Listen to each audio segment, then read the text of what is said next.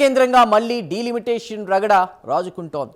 ఈ నెల 13న నిరవధికంగా వాయిదా పడిన పార్లమెంట్ వర్షాకాల సమావేశాలు ఇంకా ప్రోరోగ్ కాకపోవడంతో సెప్టెంబర్ మొదటి వారంలో రెండో విడత సమావేశాలు నిర్వహిస్తారన్న చర్చ జోరుగా సాగుతోంది. కేంద్ర ప్రభుత్వ వ్యూహాన్ని పసిగట్టిన కాంగ్రెస్ పార్టీ ముందుగానే అప్రమత్తమై తీవ్రస్థాయిలో విమర్శలు గుప్పిస్తోంది. ఏఐసీసీ అధ్యక్షుడు మల్లికార్జున ఖర్గే నేరుగా ప్రధాని మోదీకి లేఖ రాస్తూ ఇప్పుడున్న లోక్సభ సీట్లను మరో 25 ఏళ్ల పాటు పెంచొద్దని, ఉన్న సీట్లలోనే మహిళా రిజర్వేషన్లు అమలు చేయాలని డిమాండ్ చేశారు. గతంలో సంఖ్యాబలం లేక వెనక్కి తగ్గిన కేంద్రం ఈసారి డీలిమిటేషన్ బిల్లును ఎట్టి పరిస్థితుల్లోనూ ఆమోదింపజేసుకోవాలనే పట్టుదలతో ఉన్నట్లు కనిపిస్తోంది. ఇందుకోసం ఉభయ సభల సంయుక్త సమావేశం నిర్వహిస్తారా, లేక కొత్త పార్టీలను ఎన్డీఏలోకి చేర్చుకుని క్యాబినెట్ ప్రక్షాళన చేస్తారా అన్నటువంటి ఉత్కంఠ రాజకీయ వర్గాల్లో నెలకొంది. జాతీయ రాజకీయాల్లో వేగంగా మారుతున్న ఈ సమీకరణాలపై ఇవాల్టి బర్నింగ్ ఇష్యూలో లోతుగా విశ్లేషిద్దాం.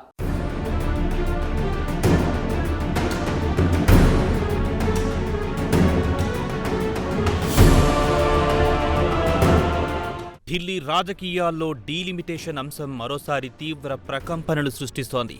పార్లమెంట్ వర్షాకాల సమావేశాలు ఆగస్టు 13న నిరవధికంగా వాయిదా పడినప్పటికీ రాష్ట్రపతి ఇంకా సభను ప్రోరోగ్ చేయడం పలు రాజకీయ ఊహాగానాలకు తావిస్తోంది.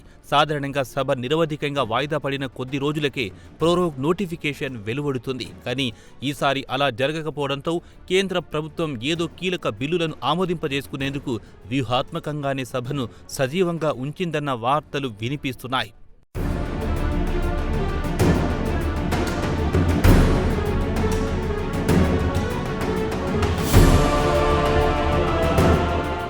సెప్టెంబర్ మొదటి వారంలో పార్లమెంట్ వర్షాకాల సమావేశాల రెండో దశ నిర్వహించే అవకాశం ఉందన్న వార్తలు జాతీయ రాజకీయాల్లో కాకరేపుతున్నాయి. డీలిమిటేషన్ బిల్లును సభ ముందుకు తీసుకురావడానికి ఈ ప్రత్యేక ఏర్పాట్లు జరుగుతున్నాయని ప్రతిపక్షాలు అనుమానిస్తున్నాయి. గతంలో ఈ బిల్లును ప్రవేశపెట్టే ప్రయత్నం చేసినా తగిన సంఖ్యాబలం లేకపోవడంతో కేంద్రం వెనక్కి తగ్గాల్సి వచ్చింది. ఇప్పుడు మళ్లీ అదే బిల్లును తెరపైకి తెచ్చేందుకు తెర వెనక భారీ కసరత్తు జరుగుతోందని రాజకీయ విశ్లేషకులు అంచనా వేస్తున్నారు.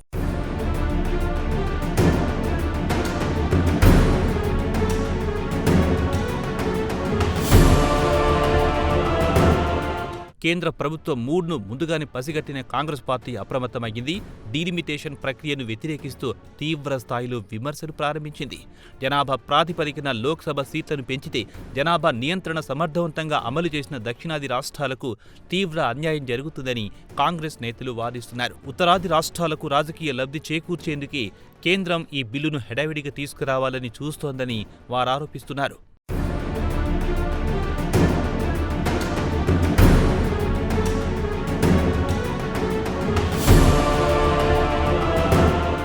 ఈ వివాదం నేపథ్యంలో ఏఐసీసీ అధ్యక్షుడు మల్లికార్జున ఖర్గే నేరుగా ప్రధాని నరేంద్ర మోదీకి లేఖ రాయడం రాజకీయంగా ప్రాధాన్యం సంతరించుకుంది. ప్రస్తుతమున్న లోక్సభ సీట్ల సంఖ్యను మరో 25 ఏళ్ల పాటు పెంచొద్దని ఆయన ఆ లేఖలో స్పష్టంగా కోరారు. డీలిమిటేషన్ పేరుతో రాష్ట్రాల మధ్య రాజకీయ అసమానతలు సృష్టించడం సమాఖ్య స్ఫూర్తికి విరుద్ధమని ఖర్గే తన లేఖలో పేర్కొన్నట్లు కాంగ్రెస్ వర్గాలు చెబుతున్నాయి.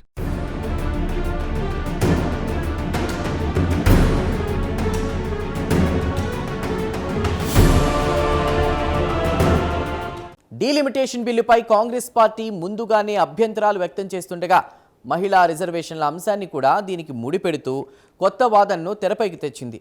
సీట్ల పెంపుతో సంబంధం లేకుండానే మహిళలకు చట్టసభల్లో ప్రాతినిధ్యం కల్పించాలన్న డిమాండ్ ఇప్పుడు జాతీయ స్థాయిలో చర్చకు దారితీస్తోంది.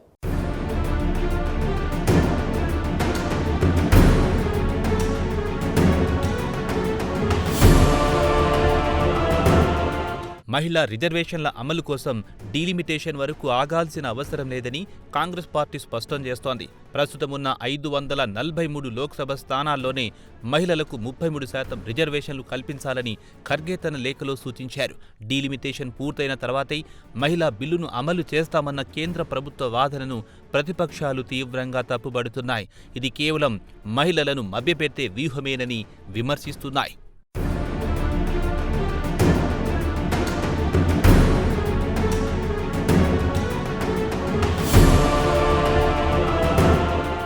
డీలిమిటేషన్ బిల్లును ఎట్టి పరిస్థితుల్లోనూ ఆమోదించే యోచనలో కేంద్ర ప్రభుత్వం ఉందా అన్నదిప్పుడు అత్యంత ఆసక్తికరంగా మారింది.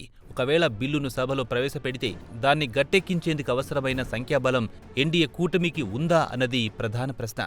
గత అనుభవాలను దృష్టిలో ఉంచుకుని ఈసారి పక్కా వ్యూహంతోనే కేంద్రం అడుగులు వేస్తుందని, బిల్లు వీగిపోకుండా అన్ని జాగ్రత్తలు తీసుకుంటోందని రాజకీయ వర్గాల్లో ప్రచారం జరుగుతోంది.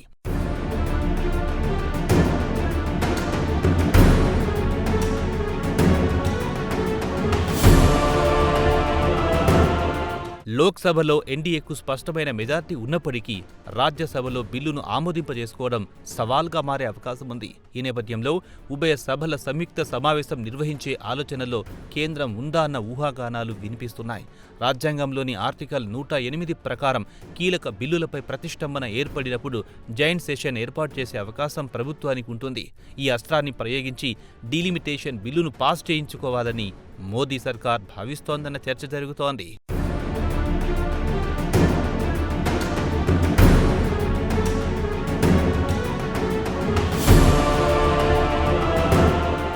మోదీ సర్కార్ ఇంకేదైనా తెరవెనుక ప్రయత్నాలు ముమ్మరం చేసిందా అన్న అనుమానాలు ప్రతిపక్షాల్లో వ్యక్తమవుతున్నాయి. డీలిమిటేషన్ బిల్లుకు మద్దతిచ్చే పార్టీలేవి, తటస్థంగా ఉండే పార్టీలేవి అన్న దానిపై బీజేపీ అధిష్టానం పక్కా లెక్కలు వేసుకుంటున్నట్టు సమాచారం. ప్రాంతీయ పార్టీల మద్దతు కూడగట్టేందుకు ఇప్పటికే తెరవెనుక మంత్రాంగాలు నడుస్తున్నాయని ఢిల్లీ వర్గాల్లో జోరుగా చర్చ జరుగుతోంది.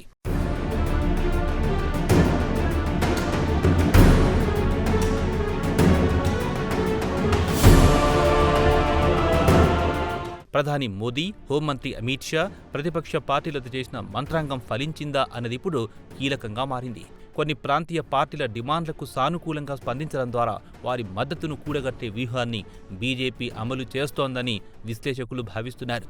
కీలకమైన డీలిమిటేషన్ బిల్లు ఆమోదం పొందుతుందని రూఢి చేసుకున్న తర్వాతే పార్లమెంటు సమావేశపరిచి బిల్లును సభ ముందుకు తెస్తారని రాజకీయ వర్గాలు అంచనా వేస్తున్నాయి.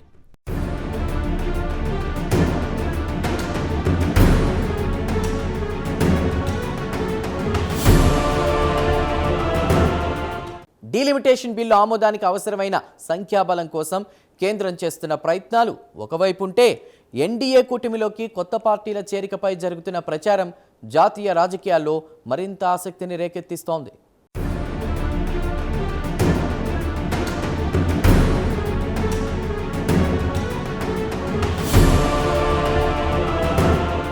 ఎన్డీఏలో కొత్త పార్టీలు వచ్చి చేరుతాయా అన్న ఊహాగానాలు ఢిల్లీలో బలంగా వినిపిస్తున్నాయి. కొన్ని కీలక ప్రాంతీయ పార్టీలను కూటమిలో చేర్చుకోవడం ద్వారా రాజ్యసభలోనూ సంఖ్యాబలాన్ని పెంచుకోవాలని బీజేపీ భావిస్తున్నట్టు ప్రచారం జరుగుతోంది. కొత్త పార్టీలు చేరిన తర్వాత కేంద్ర కేబినెట్ ప్రక్షాళన ఉంటుందన్న వార్తలు కూడా ఈ ఊహాగానాలకు మరింత బలం చేకూరుస్తున్నాయి.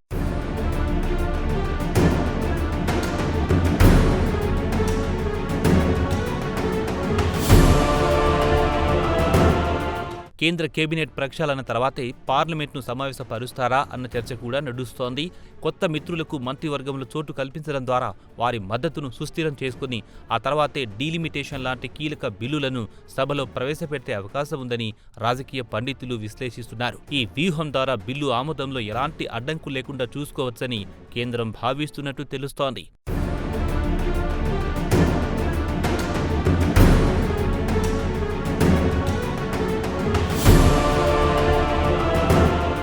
ఈసారి ఎట్టి పరిస్థితుల్లో డీలిమిటేషన్ బిల్లు ఆమోదానికి పట్టుదలతో కేంద్రం ఉందన్న సంకేతాలు స్పష్టంగా కనిపిస్తున్నాయి.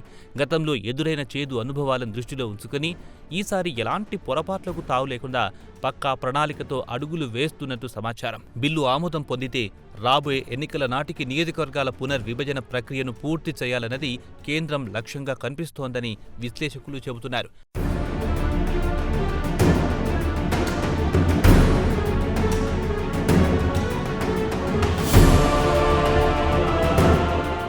కేంద్రం వేస్తున్న ఈ వ్యూహాత్మక అడుగులతో జాతీయ రాజకీయాల్లో సమీకరణాలు వేగంగా మారుతున్నాయి.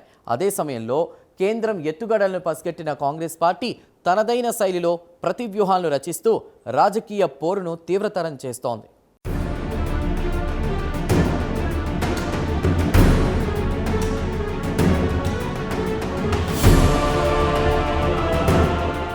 డీలిమిటేషన్ బిల్లుతో జాతీయ రాజకీయాల్లో సమీకరణాలు పూర్తిగా మారబోతున్నాయా అన్న చర్చ మొదలయ్యింది.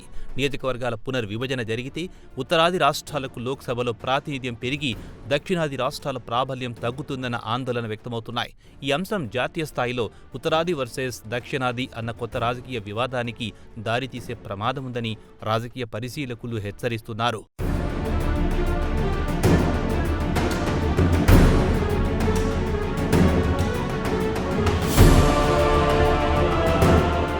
కేంద్రం ఎత్తుగడలు పసిగట్టే కాంగ్రెస్ లేఖాస్త్రాలు సంధించిందా అన్న కోణంలోనూ విశ్లేషణలు జరుగుతున్నాయి. మల్లికార్జున ఖర్గే రాసిన లేఖ కేవలం ఒక వినతి మాత్రమే కాదని, కేంద్రం ఉద్దేశాలను ప్రజల ముందు ఎండగట్టే రాజకీయ వ్యూహంలో భాగమని కాంగ్రెస్ వర్గాలు చెబుతున్నాయి.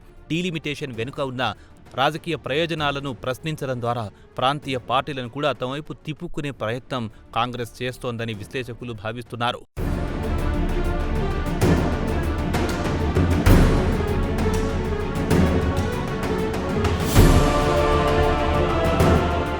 మొత్తానికి సెప్టెంబర్ మొదటి వారంలో పార్లమెంట్ వర్షాకాల సమావేశాల రెండో దశ మీటింగ్స్కు అవకాశం ఉందా లేదా అన్నది త్వరలోనే తేలనుంది. ఒకవేళ సమావేశాలు జరిగితే డీలిమిటేషన్ బిల్లు చుట్టూ అధికార ప్రతిపక్షాల మధ్య తీవ్ర స్థాయిలో వాడివేడి చర్చలు, రాజకీయ ఘర్షణలు తప్పవని స్పష్టమవుతోంది. కేంద్రం తన పట్టు నిలుపుకుంటుందా లేక ప్రతిపక్షాల వ్యూహాలు ఫలిస్తాయా అన్నది వేచి చూడాలి.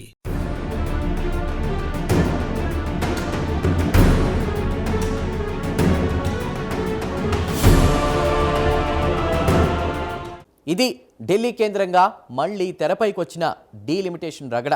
పార్లమెంటు సమావేశాల వ్యూహాలపై బర్నింగ్ ఇష్యూ విశ్లేషణ. జనాభా ప్రాతిపదికన సీట్ల పెంపు దక్షిణాదికి నష్టం చేస్తుందన్న ఆందోళనల మధ్య కేంద్రం ఎలాంటి నిర్ణయం తీసుకుంటుంది అన్నది జాతీయ రాజకీయాల్లో అత్యంత కీలకంగా మారింది.